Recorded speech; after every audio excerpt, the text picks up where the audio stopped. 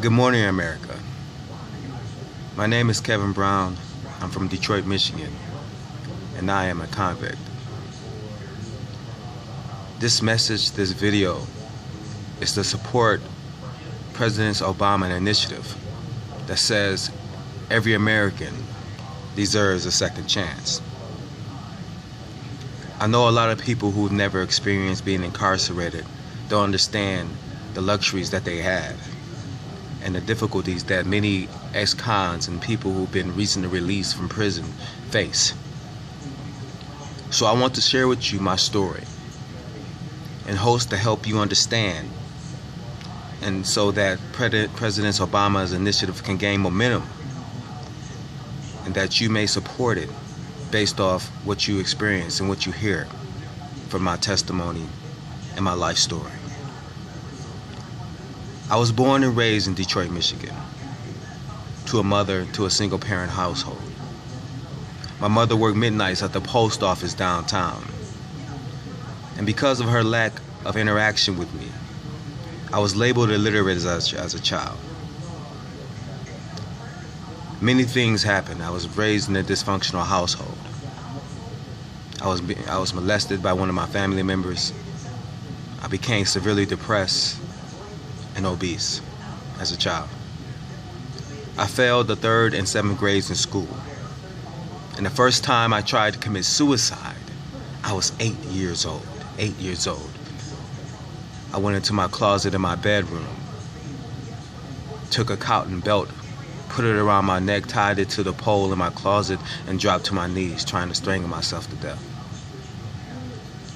But luckily for me, I was so heavy that the pole in the closet bent and broke under my weight, saving my life.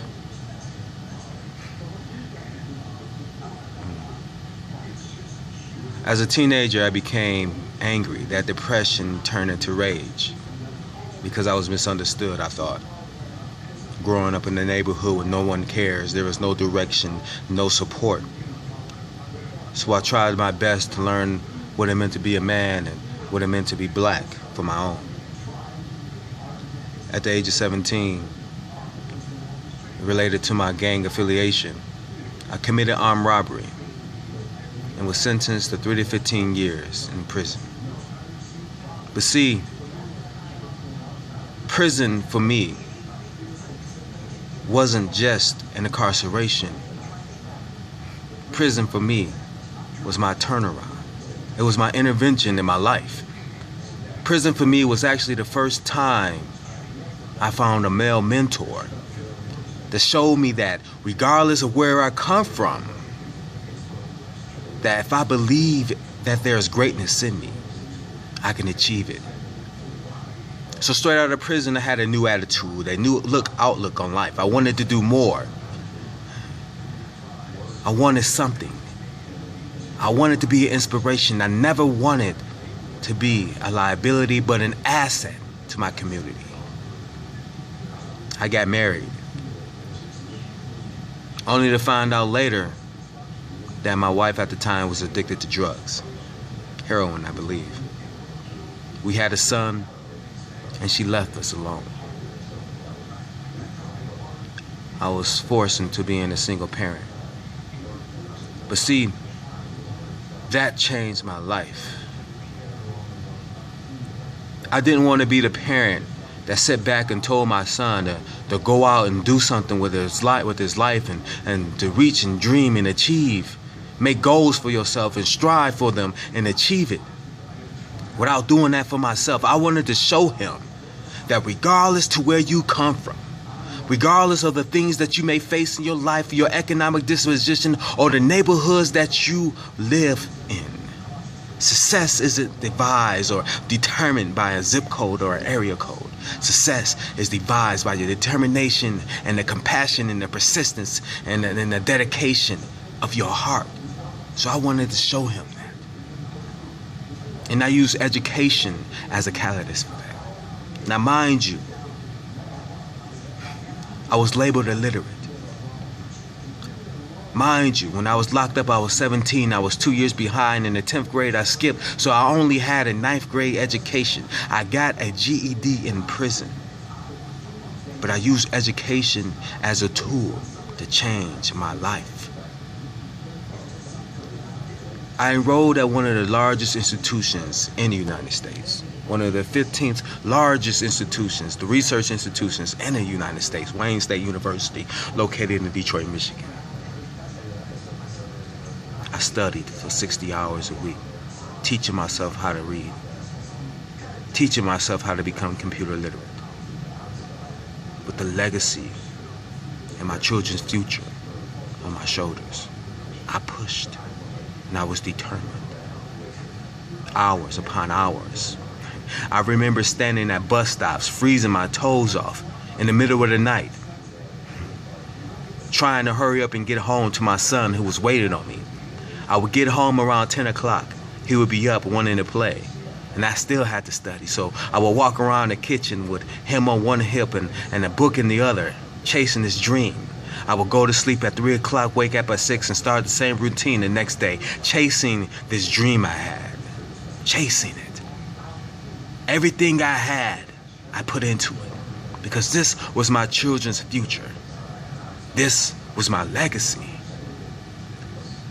To make a long story short, when I graduated, yes, I did graduate from Wayne State University, one of the largest research institutions in this country. When I graduated,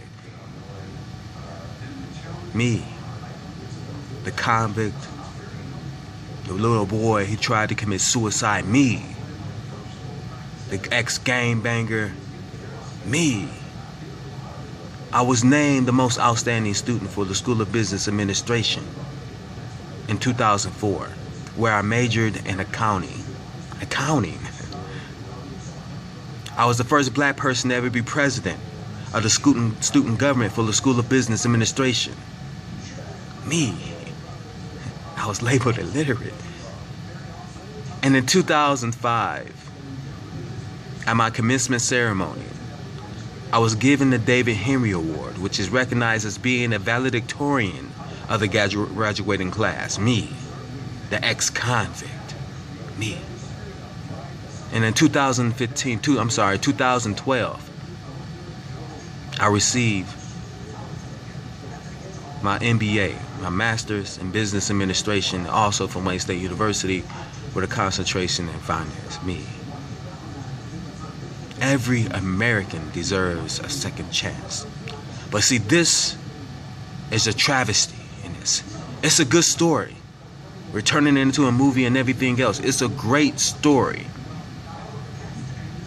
However, the systems that is in America right now, the very fabric of America where dreams can come true, does not hold true for people who made mistakes.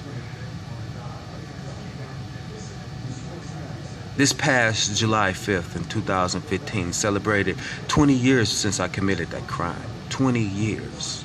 And I'm still suffering. Upon graduating from Wayne State with all the hope in the world, everybody I went to turned away, turned their back on me. I could not find a job.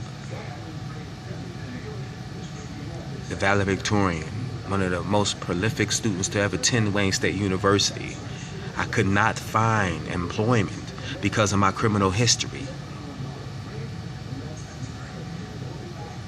Not only that, because of my criminal history, I could not even find housing because most apartment units do background checks, and if you have a felony, you cannot live there. I end up becoming homeless, living in my car, losing custody of my son. Everything I worked for, I lost. Everything. Where is the justice in that? I did my time. I did my time. Why must I suffer? Why must my kids face to face and be inflicted with pain like that? Why can I be a father to my children because I committed a crime when I was 17 years old? Every American deserves a second chance. My kids deserve a first chance.